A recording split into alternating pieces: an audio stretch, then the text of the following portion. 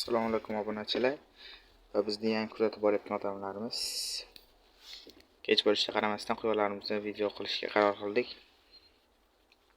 YouTube kanalimizni to'xtatib qo'ymasdan tez quyon haqida videolar qilishni rejalashtirgandik. Shu sababli kech bo'lishiga qaramasdan video qilyapmiz. Quyonlarimiz sog'lom, bolachalari katta bo'lyapti sekin-sekin. Bugun 7-aprel sanasiga quyonlarimiz 28 kunlik bo'ldi. Ona quyonimiz esa 8 kunlik bo'g'oz, yana 8 kunlik bo'g'oz. Quyonchalarimiz sog'lom, bardam, tetik, baquvvat yurishibdi. Videoga like bosinglar, kommentariy yozinglar, obuna bo'lib qo'yinglar. Bundan ham qiziqroq videolar chiqarishga qaror qilganmiz va bundan ham qiziqroq video chiqarishga harakat qilamiz.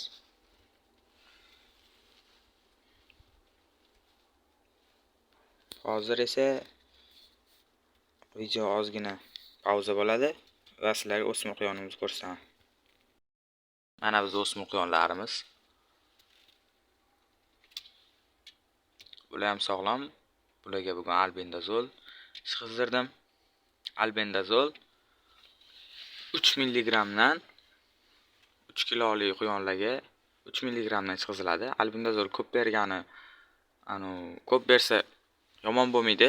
Naborti kam bersa ta'sir qilmasligi mumkin. Ko'p bersa hech narsa qilmaydi quyonga. Men bugun 3 gramdan chiqizdim bularga. Va hozir ishtahalari yaxshi. Bir-biridan go'zal bo'lib yurishibdi. Bu quyonlarimiz xohlasa bugun sana bilan 2,5 oylik bo'lishdi. Ovqatlari yaxshi, quyonlarimizning et go'shtlari hamma joylari joyida.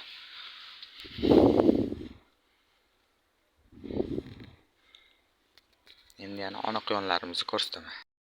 Mana o'sha ona quyonlarni ko'rsatyapman. Bolalari bir-biridan chiroyli. Ko'proq video olishga harakat qilyapman, lekin qanaqadir mavzu yo'qda video chiqarishimga. Shu sababdan quyon boqish deb video tagiga yozyapman va quyon boqish deb chiqazib qo'yapman. Agar qanaqadir savol bo'lsa, takliflar bo'lsa, kommentariyalarda yozib qoldiringlar. Shunga qarab video chiqarishga harakat qilamiz. Bo'lmasa video tamom. Videoga like bosib, obuna bo'lib qo'yinglar.